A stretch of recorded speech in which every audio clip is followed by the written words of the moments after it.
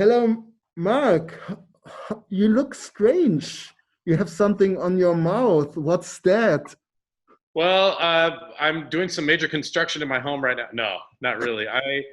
In preparation for this pandemic, everywhere I go, we have to wear these masks outside, and it's a little bit of a strange new world right now. That's right. But I like your mouth much better. So therefore, I remove. I have that now. I have the pirate style. And that looks good. Good to see you online. Good to see Great to see you. you in this virtual space. But Yeah. it would be much better to see you in real. Mark, we invited you this year for the Stuttgart Festival animated film to curate a program and to present the program, the Best of Animation program. Now we have COVID-19. We are stuck at home. How do you feel? How is everything going in the United States, in Oregon? It's a very interesting time. I think the most important or the most descriptive word right now is uncertainty. I don't think anybody knows when things will get back to whatever the new normal will be, and it's a complicated time, and it's a scary time for a lot of people. The economy, the people out of work, the difficulty with life right now. We're hoping things will get back to normal, but I also hope that there will be a silver lining from this, and that we will have things that will grow and that will come together for people. We're all in this together, and I hope that's what we understand. That's what matters most. So, like me, you also see the positive aspects, that there is still hope, and there will be something going on. And as I see, you are with your children at home, homeschooling. That's the situation. We have to deal with it, but it's also good to be with your families and to have the chance to be close to them. Yes, so that's the global situation now, and thanks very much that you joined this little interview. I would like to talk about you and your background, but also about the situation of the animation industry in the United States. So first of all, yes, you are a good friend of the festival, but how did you get into animation? What is your background? My background in animation is interesting.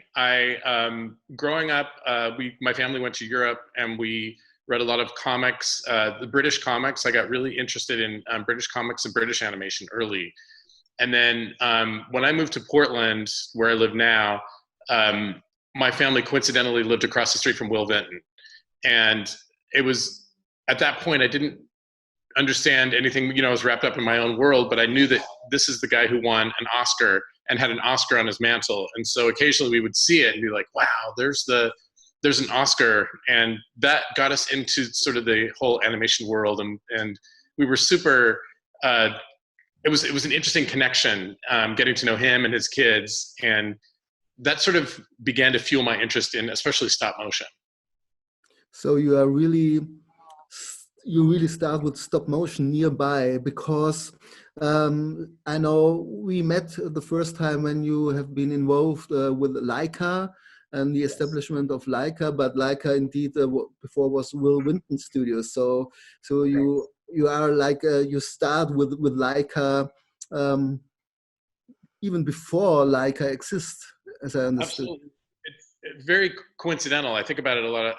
Just the fact that we lived across the street from him, and then years later that I would work for the studio that he started, and became sort of this, the godfather of animation, of stop motion animation, and just coincidentally living across the street. But I will say this: I didn't have the talent to do stop motion or drawing or editing.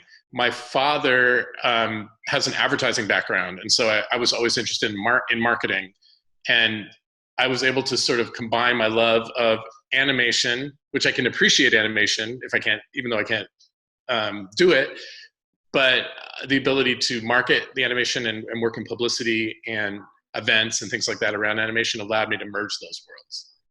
And Leica is really a very successful animation studio. I think the time when you have been involved with Leica, more than 10 years, I think 5 films have been released. All of them were really successful in box office, but also all of the films have been nominated for an Oscar. I think this is really outstanding, and it's traditional stop motion. It's not like the fancy 3D films. It's not Disney.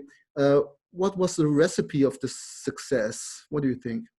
The recipe of the success was about creating natural worlds, natural environments, and great stories.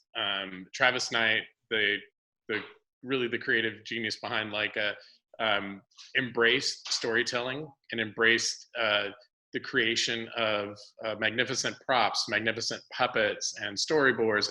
Every meticulous detail. And the success of Leica, I think, is audience appreciates that sort of beautiful work ethic and beautiful storytelling, and so that resonated with audiences. Although we didn't win an Oscar, we did win an Academy plaque for work in 3D printing technology. I think audiences still appreciated the incredible work that goes into making one of these films. Yeah, I think this kind of tactile aspect that you really have the feeling of the real and the object itself, that it's not virtual. I think that makes it so intense and so magnificent. Yeah, but now you left Leica you worked there really quite a long time. And what are your projects? What are you doing at the moment besides curating for the Stuttgart Festival of Animated Film? Well, I'm working with some other film festivals around the world, doing short animation programming, curation. I'm also working in film marketing. So I'm working with a film accelerator program that helps independent artists make films. And so I decided that I love film, I love this industry, and wanted to consult and continue to work, especially with animation and filmmakers. So my work hasn't changed dramatically, although now I'm not working for one company, I'm working for several. That's good to see. The animation industry, indeed, it's a long history and a lot of success, a lot of big companies, Pixar, Disney, Warner.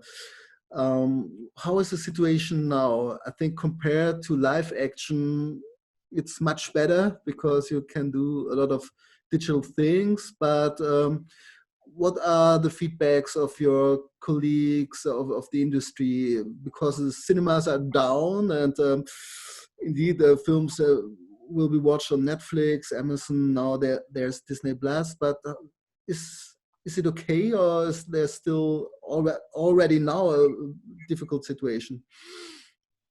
You mean in the days of the pandemic now? Or Yes. yeah, I mean now we feel for all of the people. Every day I'm waking up to hear more about furloughs and layoffs and changes within many industries. For animation, because it's a solitary pursuit and people can do things often at home and in their own environments, it's often not as impacted. And I've heard from a lot of people that their industry is booming because they're able to work at home, especially in 2D and 3D, obviously. Yeah. The challenge is with stop motion.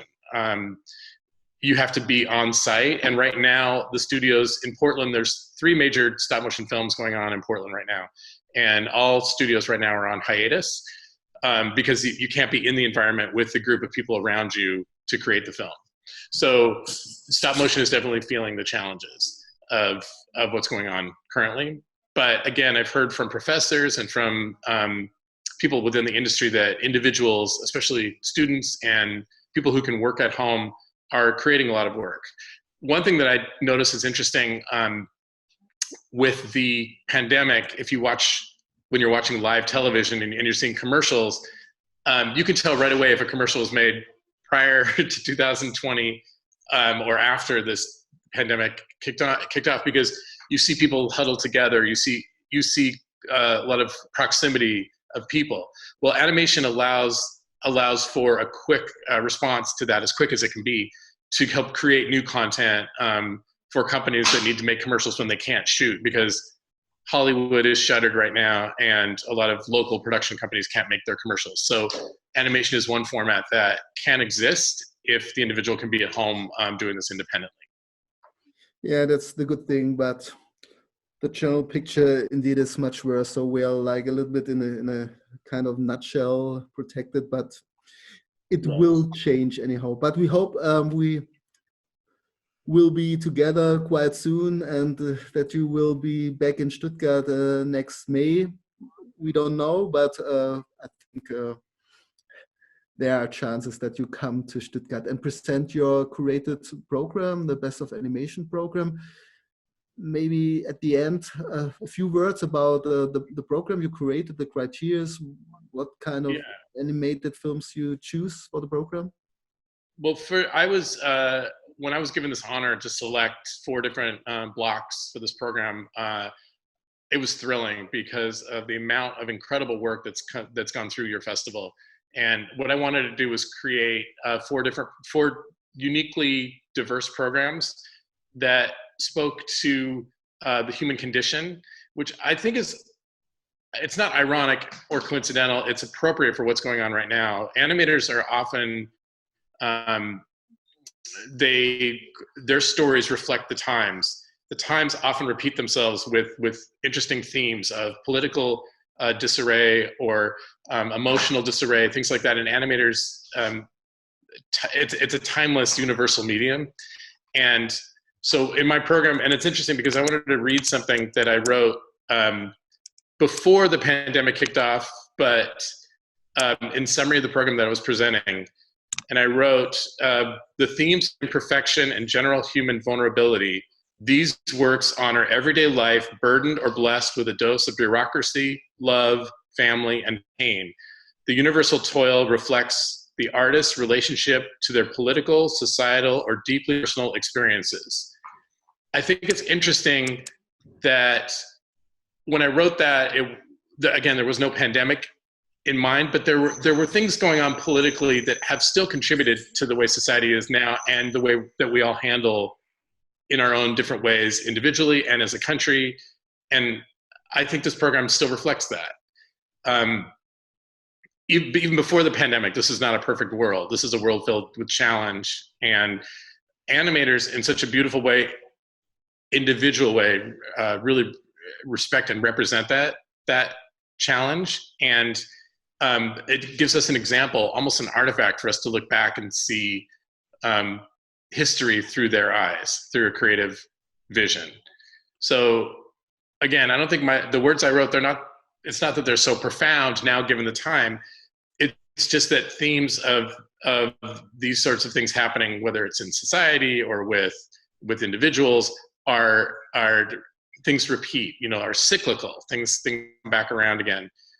So I think it'll be so appropriate in 2021. I'm hoping on wood that I get to see you, that we look at these films. And I think the exciting silver lining that comes from this is next year, as we're in the Gloria passage, reflecting on some films, we can talk about what's happened over the past year, over the past 2 years, and how we all come back together again. Maybe we'll be a little more socially isolated, we'll have to be 6 feet apart, but the ability to share stories and talk about how it personally impacted us, our frustrations with our own governments, our frustrations with the way the world is, but then our hope and expectations. We know we're going to get through this, and we're going to be better for it. There's always, I think we are humans are intrepid, and animators are intrepid